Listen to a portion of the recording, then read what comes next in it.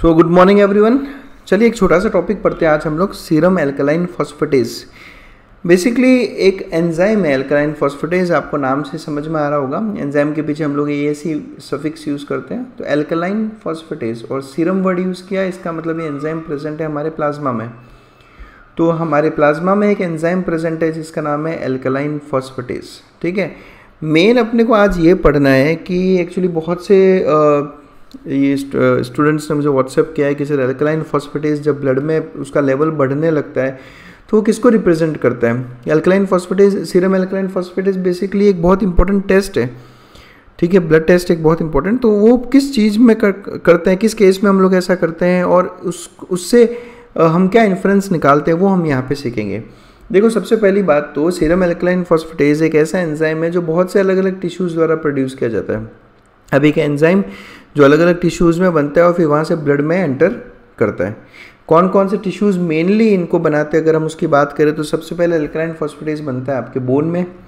Bone के अलावा ये बनता है लीवर में और प्लेसेंटा, यानी कि बेसिकली अगर ये प्लेसेंटा में बन रहा है इसका मतलब प्रेगनेंसी के जितने भी केसेस होंगे उन केसेस में जब आप एल्कलाइन फॉस्फेटेज का ब्लड टेस्ट करोगे तो उसका लेवल इंक्रीज्ड ही मिलेगा। तो ये एक फीचर आपको याद रखना है कि प्रेगनेंसी के केसेस में सीरम एल्कलाइन फॉस्फेटेज बढ़ता है। और इंटेस्टाइन, तो ये मेन 4 टिश्यूज़ हैं जहाँ पर ये एंजाइम का फॉर्मेशन होता है। ये मेन 4 है ना, बोन, लीवर, प्रेगनेंसी के केस में प्लेसेंटा और इंटेस्टाइन, है ना। ये एक अलग से ध्यान रखना है आपको ना। प्रेगनेंसी, प्लेसेंटा तो केवल प्रेगनेंसी के टाइम ही होगा, तो सीरम एल्कलाइन फॉस्फेटेज प्रेगनेंसी में बढ़ता है, ये एक फैक्ट है। उसके अलावा इंटेस्टाइन, लीवर और बोन, ये 3 और टिश्यूज़ है जो एल्कलाइन फॉस्फेटेज का फॉर्मेशन करते हैं।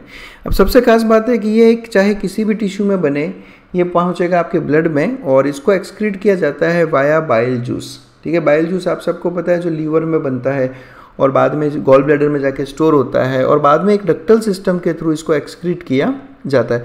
ज़रा सा मैं डक्टल सिस्टम की भी बात करूँगा यहाँ पे, बिकॉज जो एसोसिएटेड कंडीशंस है उसको समझने में हमें आसानी होगी।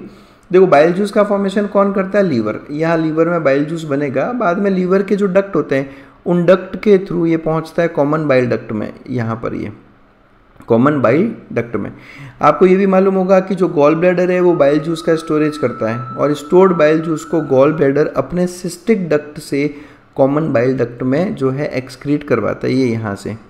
तो बेसिकली होगा क्या, लीवर से निकलने वाले डक्ट और गॉल ब्लैडर से निकलने वाला डक्ट, ये दोनों डक्ट जो है एट द एंड कंबाइन हो जाते हैं और कंबाइन होने के बाद बनता है CBD, कॉमन बाइल डक्ट। और यहीं से इसी कॉमन बाइल डक्ट से होता हुआ एल्कलाइन फॉस्फेटेज पहुंचेगा आपके इंटेस्टाइन में। ये यहाँ से होता हुआ कहाँ पहुंचेगा? इंटेस्टाइन, यानी कि ये डुओडेनम है जो स्मॉल इंटेस्टाइन का पार्ट है। बाद में इसको एक्सक्रीट कर दिया जाता है स्मॉल इंटेस्टाइन से लार्ज इंटेस्टाइन और लार्ज इंटेस्टाइन में बाद में स्टूल से ये पास कर दिया जाता है। और ये भी यहाँ पे गौर करना है कि जो पेंक्रियाज जो रहता है, यानी पेंक्रियाज का जो एक्सोक्राइन पार्ट है जो पेंक्रियाटिक जूस बनाता है, वो पेंक्रियाटिक जूस भी जो पेंक्रियाटिक डक्ट, पेंक्रियाज का जो डक्ट है जिसे आप पेंक्रियाटिक डक्ट कहते हो, ये पेंक्रियाटिक डक्ट भी कॉमन बाइल डक्ट के साथ कंबाइन होगा। ये आप देखो यहाँ पर, ये इधर से आ रहा था कॉमन बाइल डक्ट और यहाँ से आ रहा है पेंक्रियाटिक डक्ट। ये दोनों डक्ट कंबाइन होकर एक कॉमन डक्ट बना लेते हैं जिसको कहा जाता है हेपेटो पेंक्रियाटिक डक्ट। और फिर यहाँ से पेंक्रियाटिक जूस, बाइल जूस, ये दोनों इंटेस्टाइन में पोर कर दिए जाते हैं। और बेसिकली आपने बाइल जूस के बारे में पढ़ा होगा कि बाइल जूस के साथ में बहुत से ऐसे एक्सक्रीटरी वेस्ट्स भी निकाले जाते हैं जिनको बॉडी से बाहर एक्सक्रीट करना है, तो स्टूल के साथ उनको पास कर दिया जाता है, जैसे बाइल पिगमेंट्स हो गए, कोलेस्ट्रॉल हो गया। ठीक उसी तरह से सीरम एल्कलाइन फॉस्फेटेज को भी इसी तरह से बाइल जूस के साथ एक्सक्रीट किया जाता है। अब आप यहाँ पर एक कंसेप्ट समझें आप, बहुत आसान सा। अगर मैं इस CBD को ब्लॉक कर दूँ किसी रीज़न की से, कॉमन बाइल डक्ट को मैंने क्या कर दिया? ब्लॉक कर दिया, ऑब्स्ट्रक्शन कर दिया मैंने यहाँ पर, तो क्या होगा? बाइल जूस यहाँ पे कलेक्ट होता रहेगा, बाइल जूस एक्सक्रीट नहीं होगा। बाइल जूस एक्सक्रीट नहीं होगा तो आपके ब्लड में एल्कलाइन फॉस्फेटेज का वैल्यू बढ़ता रहेगा। नॉर्मली क्या हो रहा था कि एल्कलाइन फॉस्फेटेज जो है बाइल जूस के साथ एक्सक्रीट हो रहा था, लेकिन बाइल जूस नहीं निकल पा रहा है बॉडी से बाहर क्योंकि कॉमन बाइल डक्ट में जो है कोई दिक्कत है, इसलिए एल्कलाइन फॉस्फेटेज आपके ब्लड में धीरे धीरे इंक्रीज होता रहेगा। तो ये एक रीज़न है एल्कलाइन फॉस्फेटेज का आपके ब्लड में बढ़ने का। उसके अलावा और भी बहुत कुछ है, अभी हम देखेंगे। तो अपना जो मेन टॉपिक मैं जिस पे आना चाह रहा था वो यही था कि जो बच्चे पूछ रहे थे कि सीरम एल्कलाइन फॉस्फेटेज कौन से केसेस में इनका लेवल प्लाज्मा में एलिवेट होता है, यानी कि बढ़ता है, एलिवेशन इज इंक्रीजिंग। तो किस केस में सीरम एल्कलाइन फॉस्फेटेज इंक्रीज होता है वो हम यहाँ पे डिस्कस करेंगे। नॉर्मली अगर हम किसी इंडिविजुअल का प्लाज्मा टेस्ट करें, सीरम टेस्ट करें, तो उनके सीरम में एल्कलाइन फॉस्फेटेज की नॉर्मल वैल्यू रहती है 33 to 96 यूनिट्स पर लीटर। ठीक है, 33 to 96 यूनिट्स पर लीटर। अगर ये वैल्यू आ रही है आपके तो ये बिल्कुल नॉर्मल है। लेकिन अगर एल्कलाइन फॉस्फेटेज बढ़ा हुआ है तो कोई ना कोई दिक्कत हो सकती है। अब क्या क्या दिक्कत हो सकती है? देखो, एल्कलाइन फॉस्फेटेज जिन जिन टिश्यूज़ से बढ़ता है उन टिश्यूज़ में अगर किसी तरह की कोई दिक्कत है तो ज़रूर इसका लेवल एलिवेट होगा। जैसे कोई बोन डिजीज़ है समझो, है ना, बोन से डेवलप बोन में फॉर्म होता है एल्कलाइन फॉस्फेटेज। तो अगर कोई बोन की डिजीज़ है या कोई लीवर की डिजीज़ है, क्योंकि लीवर भी एल्कलाइन फॉस्फेटेज का बनता है, सॉरी लीवर में भी एल्कलाइन फॉस्फेटेज बनता है, और प्रेगनेंसी के केसेस में, क्योंकि प्रेगनेंसी के केसेस में प्लेसेंटा का फॉर्मेशन होता है। पोस्ट प्रेगनेंसी ये प्लेसेंटा भी जो है बॉडी से बाहर निकल जाता है तो एल्कलाइन फॉस्फेटेज का लेवल वापस नॉर्मल आ जाएगा। क्लियर? लेकिन अगर आप समझें, अगर आपको कोई सी भी तरह की बोन की डिजीज़ नहीं है और पेशेंट में प्रेगनेंसी भी नहीं है तो एल्कलाइन फॉस्फेटेज सीधा सीधा इंडिकेट करता है a problem with the liver. तो जितने भी लीवर डिसऑर्डर्स हैं बेसिकली उनमें इस तरह के टेस्ट्स किए जाते हैं, और ये रूल आउट करना भी ज़रूरी है कि क्या कहीं ये बोन की डिजीज़ की वजह से तो नहीं बढ़ रहा।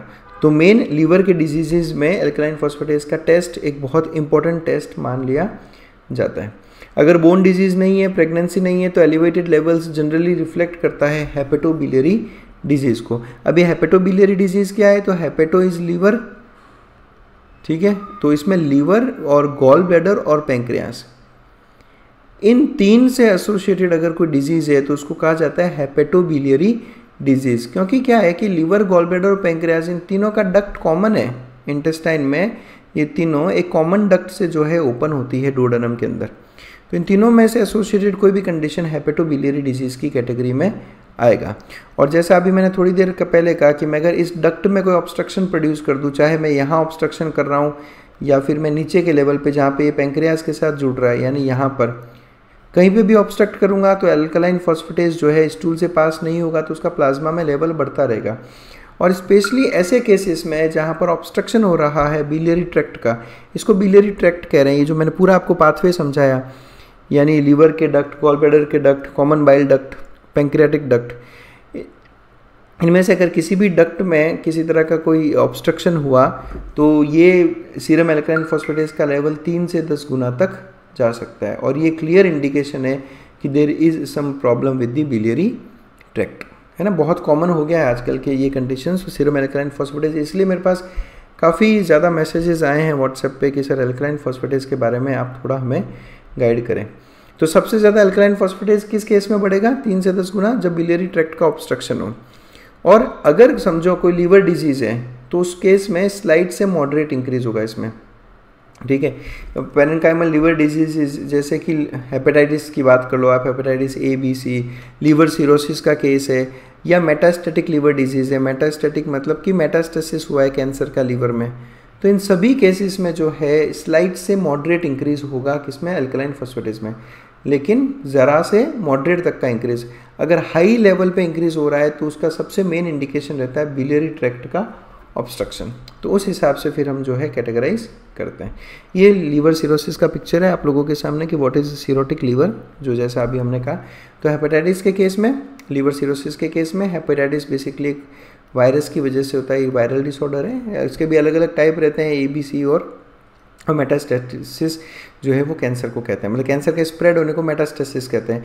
तो कोई और कैंसर अगर लीवर में पहुंच गया तो उसको आप मेटास्टेटिक लीवर डिजीज़ कहते हो। तो इन सब केसेस में आपको स्लाइड से मॉडरेट इंक्रीज मिलेगा सीरम एल्कलाइन फॉस्फेटेज के अंदर, ठीक है। अब अगर हम चाहें तो एल्कलाइन फॉस्फेटेज जो है, जो जैसे अभी कोई रिपोर्ट आती है हमारे पास और उसमें एल्कलाइन फॉस्फेटेज बढ़ा हुआ है, तो आप चाहो तो इसको भी आप डिटरमाइन कर सकते हो कि ये जो एल्कलाइन फॉस्फेटेज बढ़ा हुआ है ये हेपेटिक एल्कलाइन फॉस्फेटेज है या बोनी एल्कलाइन फॉस्फेटेज है। ये भी जो है सिस्टम है, आप डिटरमाइन कर सकते हो कि कौन सा एल्कलाइन फॉस्फेटेज बढ़ा हुआ है।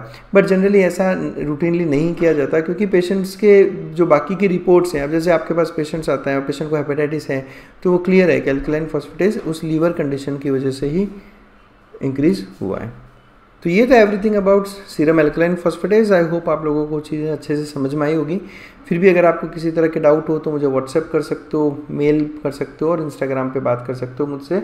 और अगर आपको लगता है कि कोई पर्टिकुलर टॉपिक आप लोगों को स्पेशली समझना है या पढ़ना है, और जिन टॉपिक्स की मेरे पास ज़्यादा डिमांड आती है जनरली, उसमें मैं पहले वीडियोस बना देता हूँ।